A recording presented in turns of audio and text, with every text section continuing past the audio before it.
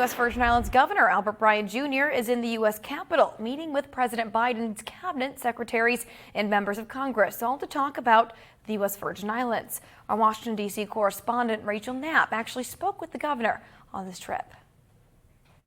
Virgin Islands Governor Albert Bryan Jr. has a busy week in Washington. He's here to update the Biden administration and members of Congress on the Virgin Islands, what resources they need from the federal government, and goals they have for the islands. I meet with the governors.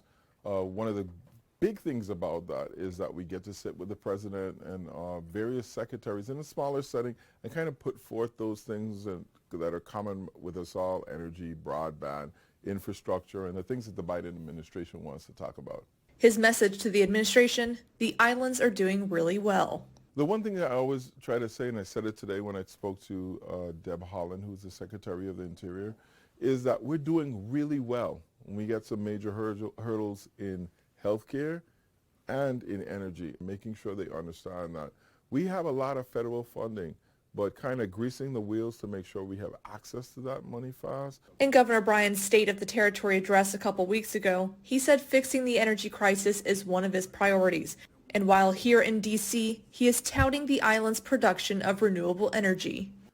Within 2 years, we will be producing more renewable power than we actually use on a daily basis. So about 45 megawatts in St. Thomas and about 40 in St. Croix. We'll have over 85 megawatts of renewable energy in storage. That's not to say that we won't be using fossil fuel, because a lot of that is sunshine power that only happens in the day.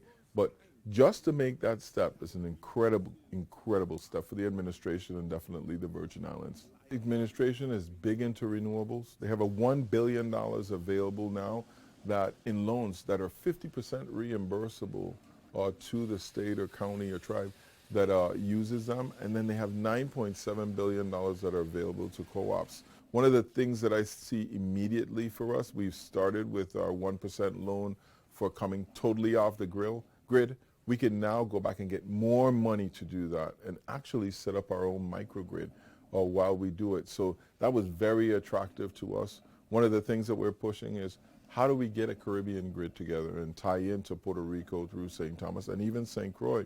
Those are the kind of things that the president wants to see as Puerto Rico expands all of their resources in terms of renewables. In Washington, D.C., Rachel Knapp, reporting for One Caribbean Television.